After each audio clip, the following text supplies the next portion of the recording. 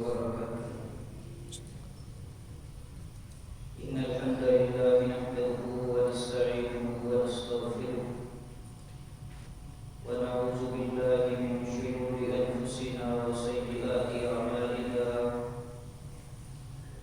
من يهده الله فلا مضل له ومن يضلل فلا هادي له. ونشهد أن لا إله إلا الله وحده لا شريك له. ونشهد أن محمدا عبده ورسوله. من يطع الله ورسوله فقد رشد واهتدى. ومن يعص الله ورسوله فقد ضل وغوى. أما بعد فإن أصدق الكلام كلام الله وخير الهدي هدي محمد صلى الله عليه وسلم وشر الأمور محدثاتها وكل محدثة بدعة وكل بدعة ضلالة وكل ضلالة في النار. أعوذ بالله من الشيطان الرجيم. بسم الله الرحمن الرحيم. الحمد لله رب العالمين الرحمن الرحيم. وقال الله تبارك وتعالى ولله الأسماء الحسنى فادعوه بها.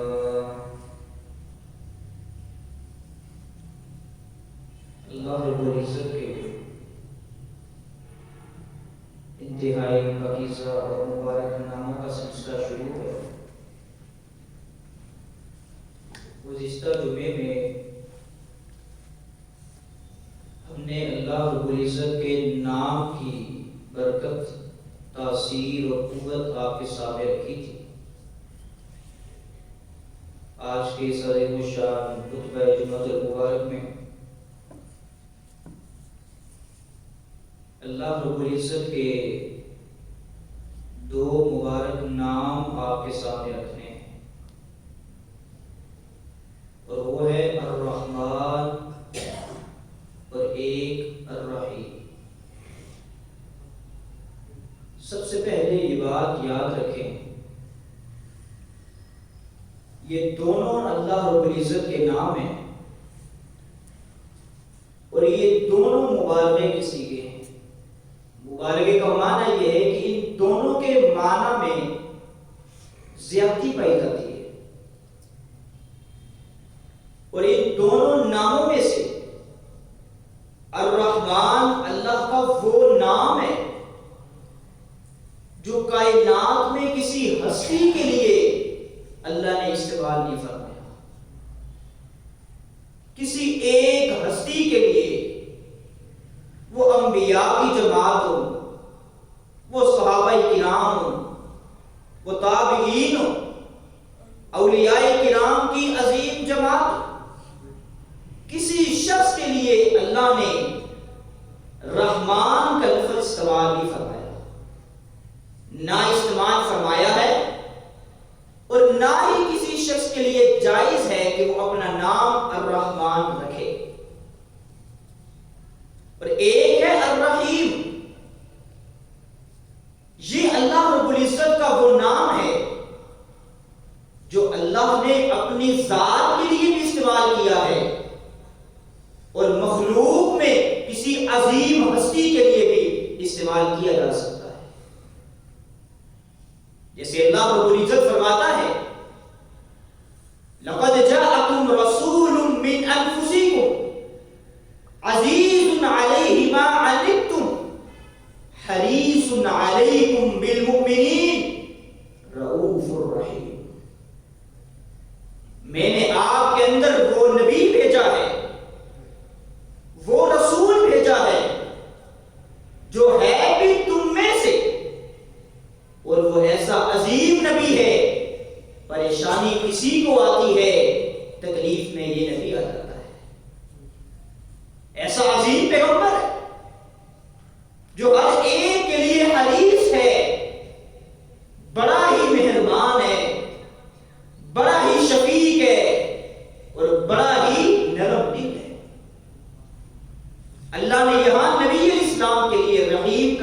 استعمال فرمایا.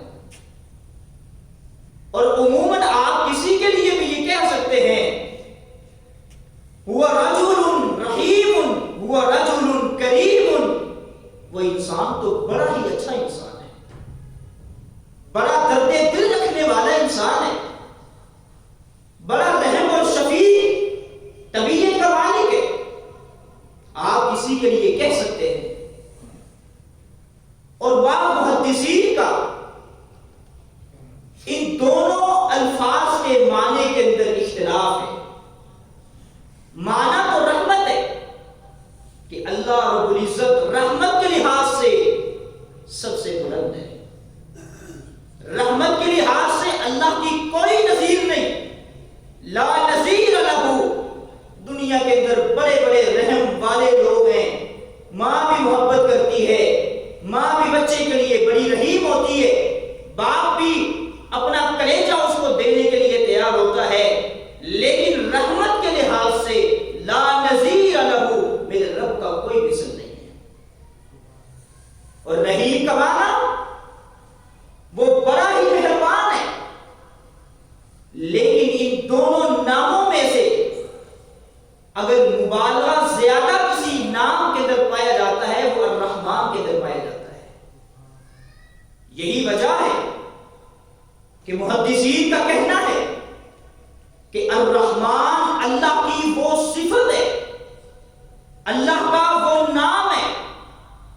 اللہ کی رحمت سے مراد الرحمن کے اندر دنیا کائنات کا ہر انسان ہے، بھلے وہ مسلمان ہو، بھلے وہ کافر ہو، اللہ کو ماننے والا ہو، رب کا انکار کرنے والا ہو، ہر ایک شخص الرحمن کی صفت کے اندر آتا ہے. اللہ رب العزت دنیا کے اندر رہتے ہوئے اس کو اپنی زمین پہ رکھے گا، اپنی چھت آسمان کے نیچے اس کو بسائے گا. کبھی یہ نہیں ہوگا وہ چلے گا اللہ کا انکار کرتا ہے زمین پھٹ جائے گی، یہ نہیں ہوگا وہ اللہ کا انکار کرتا ہے آسمان پھٹ کے آسمان ٹوٹ کے اس پہ گر پڑے گا، یہ نہیں ہوگا اللہ اس کو دنیا بھی دے گا، مال بھی دے گا، رزق بھی دے گا، سانسیں بھی دے گا، صحت بھی دے گا، عافیت بھی دے گا. الرحمن کے اندر دنیا کائنات کا ہر انسان آتا ہے. لیکن اللہ کا ایک نام الرحیم، یہ فقط اللہ نے رحمت ان لوگوں کے لیے رکھی ہے جو اللہ کے نیک لوگ ہیں. وَكَانَ بِالْمُؤْمِنِينَ رَحِيمًا، وہ رحیم کی صفت اگر اطلاق کرتی ہے تو فقط مومنین پہ کرتی ہے. دنیا کے اندر بھلے ان کو اچھا کھانا نہ مل سکا، بھلے ان کو اچھی رہائش نہ مل سکی، اچھی آواز گاہ نہ مل سکی، اچھی زندگی کو گزار کے نہ گئے. اچھی زندگی سے مراد اس کے اندر آسائشیں نہ ہو، اس کے اندر مشکلات ہوں، تکالیف انہوں نے برداشت کی ہوں، مگر قیامت کے دن جب یہ مشرکین لوگ، جب یہ کفار لوگ ربی نفسی کے عالم میں ڈوبے ہوئے ہوں گے، وَكَانَ بِالْمُؤْمِنِينَ رَحِيمًا، اس وقت اللہ رب العزت مومنوں پہ رحم کرے گا. یہ الرحمن اور الرحیم کے اندر فرق ہے، لیکن یہ دونوں کا ایک ہی محور ہے، ایک ہی سیگے سے نکلے ہیں اور وہ ہے رحمت. یہ دونوں رحمت سے مشتق ہیں، اور رحمت اللہ کی وہ صفت ہے جس کے بغیر میرے دوستوں، میرے بھائیوں، ہم میں سے دنیا کا کوئی انسان ایک لمحے کے لیے بھی اللہ کی رحمت کے بغیر زندگی نہیں گزار سکتا. ایک لمحے کے لیے اللہ رب العزت اپنی رحمت کو کھینچ لے، یہ دنیا کا نظام ایک لمحے میں درم برم ہو جائے. ہمارے جتنے کرتوت ہیں، ہمارے جتنے گناہ ہیں، جتنی ہم نافرمانی کرتے ہیں، ایک لمحے کے لیے اگر اللہ رب العزت رحمت کو کھینچ لے، یہ زمین پھٹ جائے اور ہم سارے کے سارے اس کے اندر دھنس جائیں. ایک لمحے کے لیے اگر اللہ اپنی رحمت کو کھینچ لے تو پھر یہ آسمان جو بغیر ستونوں کے ایک جگہ پہ کھڑا ہوا ہے، وہ ہماری نافرمانیوں کو دیکھ کر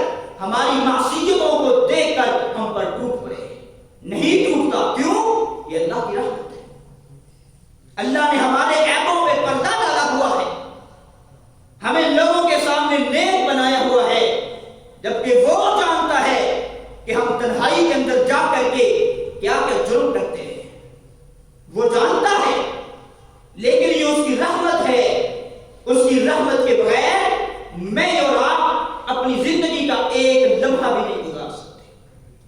اور میرے دوستوں، میرے بھائیوں، یہی اللہ کی وہ رحمت ہے جس کے بغیر دنیا کا کوئی شخص جنت میں نہیں جا سکتا، کوئی نہیں جا سکتا، بھلے وہ انبیاء کی جماعت ہو، انبیاء میں سے کتنا ہی عظیم اور جلیل القدر پیغمبر کیوں نہ ہو، وہ تب تک اللہ کی رحمت کے تب تک جنت میں نہیں جا سکے گا جب تک اللہ اس پہ اپنی رحمت نہیں کرے گا۔ نبی علیہ السلام نے صحیح مسلم کی روایت ہے، ایک دن صحابہ کرام سے فرمایا، میرے صحابہ یہ بات یاد رکھو، دنیا کا کوئی شخص اپنے اعمال کی بنا پہ جنت میں نہیں جا سکتا۔ اگر کوئی شخص یہ چاہتا ہے کہ میں اپنے اعمال کے بل بوتے پہ جنت میں جاؤں، مجھے اللہ کی رحمت کی کوئی ضرورت نہیں ہے، تو سن لو، وہ جنت میں کبھی بھی نہیں جا سکتا۔ صحابہ کرام عظیم لوگ تھے، ان کی سوچ بھی بڑی عظیم اور مبارک تھی، چونک جاتے ہیں، اللہ کے نبی ٹھیک ہے، ہم عام لوگ ہیں، اللہ کی رحمت کے بغیر ہم جنت میں نہیں جا سکتے، لیکن ایک سوال ہے، وہ سوال یہ ہے، وَلَا أَنْتَ يَا رَسُولَ اللَّهِ، اللہ کے نبی، کائنات میں سب سے عظیم تو آپ ہیں، ہم جنت میں نہیں جائیں گے اللہ کی رحمت کے بغیر۔ یہ بات سمجھ آتی ہے، کیا آپ بھی اللہ کی رحمت کے بغیر جنت میں نہیں جا سکتے؟ قربان جائیں، اس دنیا کائنات کی سب سے نکھری اور سلجھی شخصیت اپنے ہونٹوں کو جنبش دیتی ہے، اور نبی علیہ السلام فرماتے ہیں، میرے صحابہ، وَلَا أَنَا إِلَّا أَن يَتَغَمَّدَنِيَ اللَّهُ بِرَحْمَتِهِ، جب تک اللہ رب العزت مجھے اپنی رحمت سے ڈھانپ نہ لے تب تک میں محمد کی جنت میں نہیں جا سکوں گا۔ حضرات، یہاں بیٹھے بیٹھے ایک لمحے کے لیے اس بات پر غور کریں، یہ کون سی شخصیت ہے جس سے بڑھ کر مقام کے لحاظ سے، شان کے لحاظ سے، عظمت کے لحاظ سے، بلندیوں کے لحاظ سے دنیا کے اندر نہ کو آیا تھا نہ کو آئے گا۔ قربان جائے، جبریل نے جب نبی علیہ السلام براق پر سوار ہونے لگے، اور جب براق نے بچکنا شروع کیا، ہلنا شروع کیا، جبریل نے براق کی یہ کیفیت دیکھی کہ یہ نبی علیہ السلام کو تکلیف دے رہا ہے۔ براق نے ہلنا شروع کیا، اور جبریل نے کہا، براق رک جا، حرکت نہ کر، تجھے نہیں پتا آج تیرے اوپر کون سی شخصیت سوار ہے۔ کلمت مشارق الارض ومغاربها، یہ خطاب فقط براق کو نہیں تھا، بلکہ قیامت تک آنے والی ہر ایک نسل کے لیے تھا۔ جبریل کہتا ہے، اے براق، میں نے مشرق کو بھی دیکھا ہے، میں نے مغرب کو بھی دیکھا ہے، میں نے دنیا کا چپا چپا، دنیا کا کونا کونا دیکھا ہے، ہر نبی کی امت میں سے ہر شخص دیکھا ہے، لیکن سن لے، وَلَنْ أَفْضَلَ مِن مُحَمَّدٍ صلی اللہ علیہ وسلم، لیکن آج تک زمین کی پشت پہ میں نے کوئی ایسا شخص نہیں دیکھا جو مقام کے لحاظ سے، شان کے لحاظ سے، عظمت کے لحاظ سے محمد مصطفیٰ کا مقابلہ کرتا صلی اللہ علیہ وسلم۔ یہ شخصیت ہے جس کو اللہ نے یہ مقام دیا، یہ اعزاز دیا۔ قربان جائے، قیامت قریب ہوگا، ہر ایک شخص رب نفسی کے عالم کے اندر ڈوبا ہوا ہوگا۔ اس دن ایک جھنڈا تھمایا جائے گا، ایک جھنڈا لگایا جائے گا، اور حکم ہوگا، دنیا کا جو شخص اس جھنڈے کے سائے کے نیچے آئے گا وہی جنت میں جائے گا، جو سائے کے نیچے نہیں جا سکے گا وہ جنت میں نہیں جا سکے گا۔ ہر ایک شخص کی خواہش ہوگی قربان جائیں، بھلے وہ انبیاء کی جماعت ہوں، بھلے وہ صلحاء کی جماعت ہوں، وہ اولیاء کی جماعت ہوں، وہ دنیا کے عظیم لوگ ہوں، جب تک اس سائے کے نیچے نہیں جائیں گے جنت میں داخل نہیں ہو سکتے۔ میرے دوستو، میرے بھائیو، وہ جھنڈا کس شخصیت کے ہاتھ میں ہوگا؟ ایک شخصیت ہے، کون ہے؟ کائنات کے امام، اکرم الانبیاء، اشرف الانبیاء، مکے کے در یتیم محمد رسول اللہ۔ اتنی ہائی لیول کوالٹی کی شخصیت آج یہ اعلان کر رہی ہے، لوگوں ولا انا الا ان يتغمدني اللہ برحمتی، جب تک اللہ رب العزت مجھ محمد کو اپنی رحمت سے ڈھانپ نہ لے تب تک میں بھی جنت میں نہیں جا سکوں گا۔ حضرات، میں آپ سے پوچھتا ہوں، جب اللہ کی رحمت کے بغیر کائنات کے امام جنت میں نہیں جا سکتے، کائنات کے امام کے بعد دنیا کا وہ کون سا انسان ہے، وہ کون سا نبی ہے، وہ کون سا صحابی ہے، وہ کون سا ولی ہے، وہ کون سا پیر ہے جو لوگوں کو ٹکٹ دیتا پھرتا ہے اور کہتا پھرتا ہے تمہیں کچھ نہیں کرنے کی ضرورت، تم بس گیان یہ کھاتے رہو، گیان یہ دیتے رہو، نیاز دیتے رہو، بس عرس پہ جاتے رہو اور نمازیں پڑھو نہ پڑھو، حج کرو نہ کرو، روزے رکھو نہ رکھو، جنت میں لے جانا اور بخشوانا میرا کام ہے۔ وہ کون ہو سکتا ہے؟ کوئی نہیں ہو سکتا، بھلے اس کے پاس نیکیوں کے انبار ہوں، عبادتوں کے پہاڑ ہوں، جنت میں جائے گا تو اللہ کی رحمت کے ساتھ جائے گا۔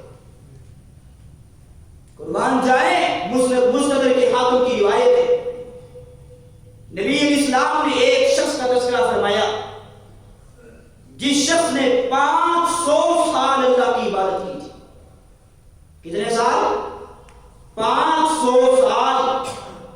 اور کیسا عظیم انسان تھا، اس نے 500 سال عبادت کی اور اللہ نے 500 سال کی عبادت اس کی قبول کی۔